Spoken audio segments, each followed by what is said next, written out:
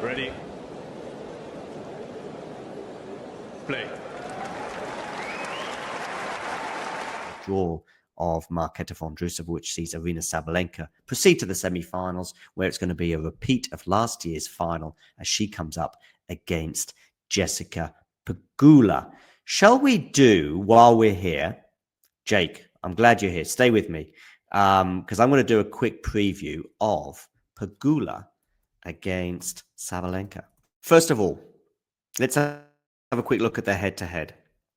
I'm going to guess that it's 7-5 for Sabalenka. 7-2. Okay, much more favourable than I thought for Aryna. Of course, the most memorable of those wins would have been last year in that US Open final. I think it's a matchup that's pretty good for Aryna Sabalenka. I know her team, for example, when they knew that Aryna was in the final and it was Pegula against Mukova on the other side of the draw, they were very keen for Pegula to be her opponent in that final. Of course, that materialized, and it was a tough final. I think it was a really high quality final, but it was kind of Aryna more or less in charge. She might have gone down a break at some point in that second set, but ultimately prevailed and was the better player, not just that day, but throughout the tournament last year. I said earlier that I think Aryna's been a little bit lucky with the draw. We'll come back to some of the previous matches shortly, but let's have a quick look at Sabalenka's draw. And the reason why I think she's been a bit fortunate is because, first of all, the first 2 or 3 rounds were favorable. We can remove that video, by the way. Yeah, the first 2 to 3 rounds were favorable, I think, for Aryna. Masarova, Paulina Kudermetova, and Leylah Fernandez. Leylah is, of course, got some of the defensive skills that we have seen Coco demonstrate, but ultimately she's just not got Coco's serve, and she's also probably not quite has got as much power, especially on the backhand, as Coco. So eventually, I think Aryna was always going to avenge that defeat that she had to Fernandez in the US Open 2021 semi-final. Where I think, as in particular, though, Sabalenka got lucky is, of course, that 4th round. She plays Buxa, who beat Alex Ayala, by the way. I even think Ayala may have been a more difficult proposition than Buxa at the round of 16. But in particular, Clara Tauson, who went out to Alex in the first round. I think that was a real stroke of luck. And then another stroke of luck today, because I think Vondrousova would have been a really tricky opponent for Aryna, the way that Marketa has been playing this tournament. And of course, she has the mentality, and I think she has the game to trouble Aryna. That's not me suggesting that Aryna would have lost today, but I think it would have been a tough battle, possibly 3 sets. And of course, Marketa beat Rybakina in the previous round, which I think would have been a huge hurdle for Sabalenka to overcome, in particular because she's had losses to Rybakina. I remember a brutal one pre-Australian Open 2 years ago, I think it was.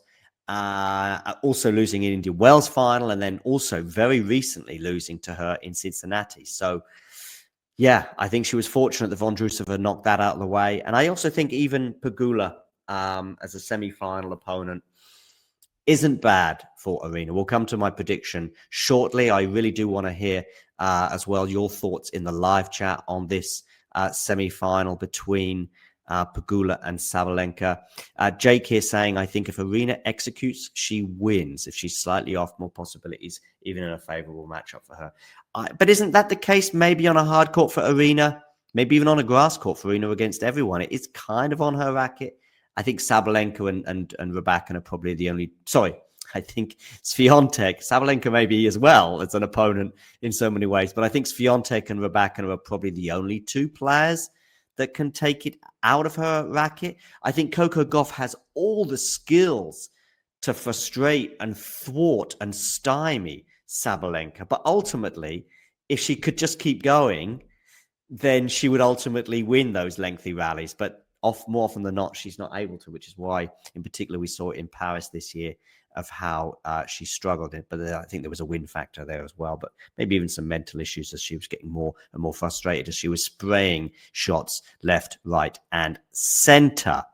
Let's have a quick look at Pegula's path to the semis. I think Pegula maybe as well has had a draw-dependent run. I think Sheriff, by the way, on a hard court is a wonderful first-round opponent for Jessica. And I know you're going to say that, well, Jessica is the fourth seed. She's going to come up against somebody unseeded in that first round.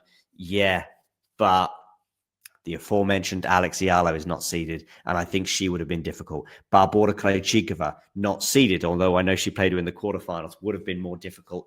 And so would Emma Raducanu, in particular, I think, would have been a very interesting first-round matchup, and there was quite a few dangerous floaters. So to get Maya in the first round, However, blink of a second round and to win it 1-3 is an impressive result. Blinkova can have those kind of days, and perhaps she had it that day on Arthur Ashe as well. Azarenka, close your ears, Jake. I think in Azarenka's form this year, not a bad third round. Fourth round, Anne Lee. And then Krejcikova today. Now, you could say that's an impressive win, and I guess it was. But I think Krejcikova was so flat today.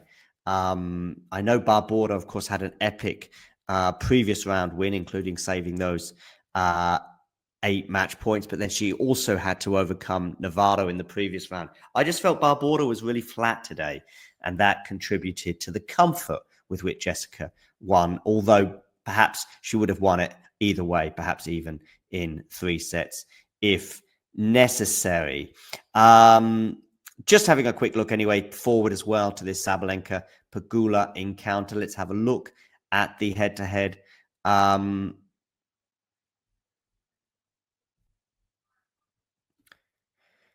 favor Aryna versus everyone except maybe Igor and Clay. Always felt that way. Yeah, that does make sense to me as well. I think against Igor and Clay, I would favor Igor, even though, of course, Aryna did beat her earlier on this year, but perhaps that Igor was just a bit short of her best that day. But Pegula's the sort of player that makes you beat yourself when she's at her best. Yeah, I just think that but that first sentence at least sounds a bit like Coco in a way, but I think she's a bit more aggressive than Coco. Probably plays with a bit more margin in some ways in terms of when Coco is on the offensive. Perhaps Coco can paint lines or even miss quite badly, whereas Pegula plays with a bit of margin. So I guess that is an element of conservatism there. But she doesn't defend as well as Coco, which I think could be a very useful tactic and useful skill to have against Aryna. But Pegula, I think, she does make you earn the win, I think, which is true. It's a compelling semi-final, I agree, but I do think that Aryna is the favorite. I think it might well go 3 sets, and I think then it'll also come down to a mental battle, and I wonder if it's mental. Maybe then the edge just goes a bit towards Jessica, just in terms of the year that Sabalenka is having.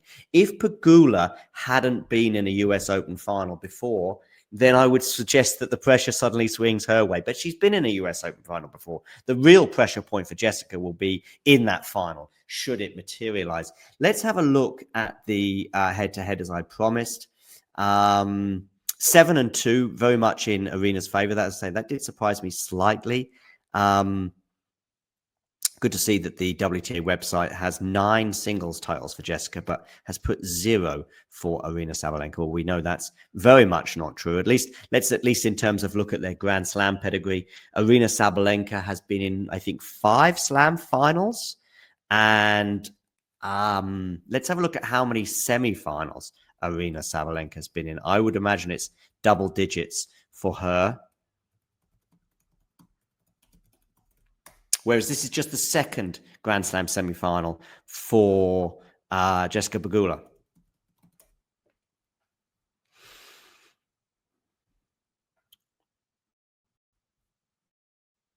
She has been in, don't know, lots of semi-finals. So she was in the semi-finals of Wimbledon, the US Open in 21. So that's 2. She was in the US Open semifinals of 22. And then in 23, she racked up another 4 semifinals that year. In 24, she racked up another 3. And then this year she's been, so I think it's 13 Grand Slam semifinals for Aryna Sabalenka. And she's won 5. I'm just going to check this one more time. 1, 2, 3, 4, 5, 6, 7, 8, 9, 10, 11, 12. My bad. 12 Grand Slam semifinals. And she's won 1, 2, 3, 4, 5. 5 from 12. It's a much more favorable record than it was going into her 2023 semi-final against Magdalenette in Australia. I think she'd lost all of her previous 3 semi-finals to that, 1 at Wimbledon and 2 in New York. But once she got over that hurdle, and it was probably a more favorable hurdle, then she was on her way. She's won a Grand Slam in each of the last 2 years. Of course, last year she won 2 Grand Slams, both on a hard court in Australia and in New York. Pegula, by the way, has been in 1 Grand Slam semi-final and she's won it. Jake here saying, by the way, Pegula is just super solid and tough from the ground.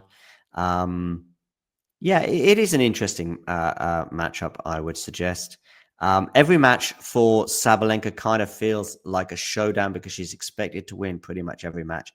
And I think she expects to win every big match. Big pressure on anyone. Yeah, I think you're right. I think when it starts to go wrong, it's really interesting. But by the way, I'm not here to say when it starts to go wrong, she can't pull it back.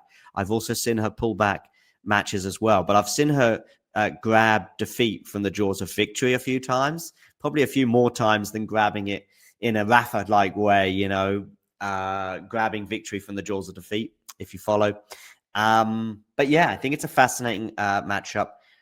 We will just have a quick look at those previous matches. By the way, the 7-2 head-to-head that we touched upon earlier. Of course, Sabalenka is number 1 in the world right now, whereas Pegula is number 4 in the world. I have said previously, by the way, that I think Pegula's form has been patchy over the last 12 months, but really this run does a lot to repair that suggestion and probably can go contrarian against my suggestion that since New York last year, she hasn't played that well. I think she's played well in spells in this tournament. She played actually well in Bad Homburg as well, winning that tournament there. And she's won other tournaments this year. I just didn't really see her delivering against the big players this year.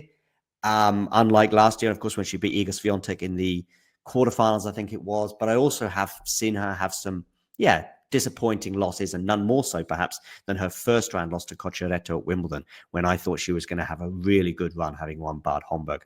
Anyway, their most recent match came in Miami earlier on this year in the final of Miami that Sabalenka won in straight sets. And of course, she won that US Open also in straight sets. And I've got a feeling that Pegula might have been leading that second set 5-3 at one point and may have been serving for it. Or it might have been 5-4, but I think she was serving to the second set. But once Sabalenka broke, he just felt that the momentum was back with her, even if it had gone to a tiebreak. Sabalenka also winning on straight sets in the Cincinnati final as well. And then the last Pegula win came at the WTA finals in those very blustery conditions and rainy conditions as well at times in the WTA finals in Cancun in 2023. So their last 3 matches, so it was a 4-2 head-to-head, but in the last 13 months or so, Sabalenka has pulled away to make it 7-2, and she's not dropped a set to her since in the 2 years since those WTA finals. Of course, the WTA finals was on a hard court as well. The previous year in the WTA finals, Sabalenka won. By the way, interestingly, they've only had 1 3-set match. That was their first encounter in 2020 in Cincinnati. So every match since then has been straight sets, albeit that we can see some 7-5s in here, quite a few 7-5s actually. So we've had their last 3 sets, by the way, in we had 4 sets in a row here. Look, between Cincinnati and Miami. They had 4 sets in a row that were 7-5. It's a bit of a quirky scoreline, and therefore to have it 4 sets in a row is quite quirky as well. But I think we're going to have our first 3-setter between them since their first encounter, so since 5 years. And but I'm going to go with Sabalenka to emerge the winner. Let's address a couple of these questions in the live chat just quickly. Pegula has more about her than Fritz, I think, as well as Sinner being Sinner too. Okay. What are you thinking in terms of percentages, Silky? If you're talking about Sabalenka Pegula, 60-40 for me, and therefore 60-40, you sort of go, okay, tough 2 sets, but possibly 3 as well. Here's a question, says Jake. Peggy has US Open final experience now, but do you think the fact it's a semi helps her too, or doesn't make that much difference? I think it does help her a little bit, because if she hadn't been in a semi-final, which was the case a year ago when she came up against Mukova. But no, I think she's pretty good under pressure, Jessica. I know she had that lengthy spell of just getting to quarterfinals at slams and never getting beyond that stage, but she broke through finally at the US Open last year. I think she actually has a better chance of winning this being a semi-final than it being a final, funnily enough. I think a final, having only been in one before and not won it, and in New York as well, against an opponent such as Aryna Sabalenka, who's won this title in the past, and is, by the way, trying to get to her 3rd US Open final in a row, which feels like a bit of a record. I think that probably hasn't been done since Aryna Sabalenka. In fact, of course, no one has retained, since Serena Williams, no one has retained the US Open women's title, which is obviously what Aryna's trying to do. Since I think Serena Williams. Let's have a quick look when that was. That will have been 2013, 2014, and Serena actually had 3 in a row at that point between 2012 and 2014. Yeah, since then, Sabalenka, by the way, is trying to go for her 3rd final in a row, which is also something that I think hasn't been done since Serena did it between 2012 and 2014. In fact, Serena was on a run of 4 finals in a row there, because she lost to Sammy Stosur in the 2011 final. And yeah, no one's done it since. But of course, we've got another quirky stat out there, which is, of course, it's that Naomi Osaka, when she makes a quarterfinal of a slam, she wins it. Well, we'll see if that comes to fruition as well. But finally, yeah, I'm going Sabalenka in 3 sets. Good question here as well. So, by the way, Jake is probably going a little bit more heavily towards Aryna of 65-35 or 70-30. Curious where we put Sabalenka amongst the greats. Well, on this topic, very interesting. If you go back to, I think it's towards the end of the interview that I had with Gavin McMillan, of course, a guy that was a biomechanical coach for Aryna Sabalenka, who's now working with Coco Gauff. You know, he said in that interview we had a year ago that that's the next goal for her, to become an all-time great. I think to do so, you're right, it does become surface dependent. And the thing is, she is the player that begins every year, in my opinion, as the one who could win all 4. And she's kind of proven that again this year, despite not winning any of the 3 slams this year. But she's the one going into every slam. And she's either the favorite in many respects, depending on her form. But if her form is okay, she's the favorite in Australia right now. She's the favorite at Wimbledon, and she's the favorite in the US, even though she's never won Wimbledon. She's the one who I think even better than Iga Swiatek right now, and even better than Barbora Krejcikova or Marketa Vondrousova, the previous winners of Wimbledon. She's the one who has even more of a game for grass and the results that back it up in a way in terms of consistency on that surface than anyone else on the tour. And yet she's not been in a Wimbledon final. But again, this year, you know, we're looking at final, semi-final, and at least another semi-final in New York. She's just constantly there in the slams. And as I was just checking her Grand Slam record since 2021, I'm going to share it with you on the screen right now. I mean, look at this line in the sand that we can draw in 2021 and reaching those semifinals. Now, you could even go, maybe even draw that line in the sand of 2022, perhaps, maybe even more importantly. 2022, that run, by the way, ended by Iga Swiatek in the semifinal, a match that I was at, and Aryna probably should have won that match, but maybe then there was some even more mental fragility than today in terms of the fact that she'd never made a final, and that was her third semi-final loss. She was up a break in that third set. She was arguably the better player, but Iga, with her mental strength, I think helped her get back into that and eventually get over the line. I think 6-4 in the third, but it was a really, really entertaining match. And yeah, fully worth the money. But yeah, if we look at the line of the sand being here, she has been in the quarterfinals or beyond of every Grand Slam she's played since then. There is, of course, the Wimbledon missing from 2024 when she had the shoulder injury she picked up in Berlin. But yeah, she makes the quarterfinals or beyond. And even she's made the semifinals or beyond in 1, 2, 3, 4, 5, 6, 7, 8, 9, 10, 11.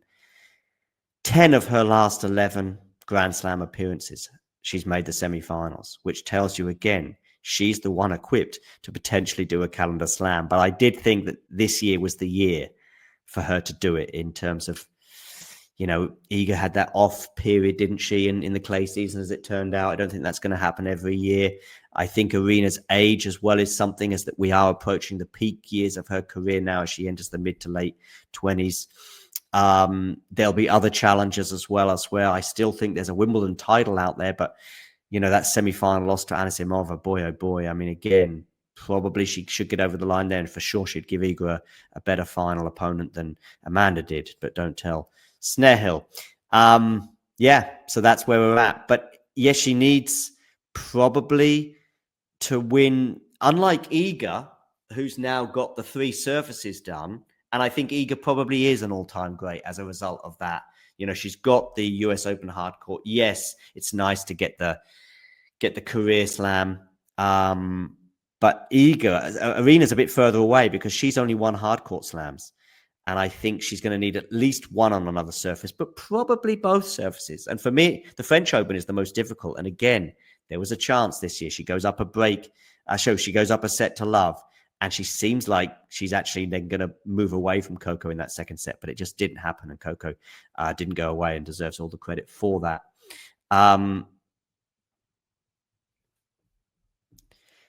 Calendar Slam, she's the most likely to do it, but I think if she gets the full set at some point in her career, if she doesn't get the full set, yeah, I agree. I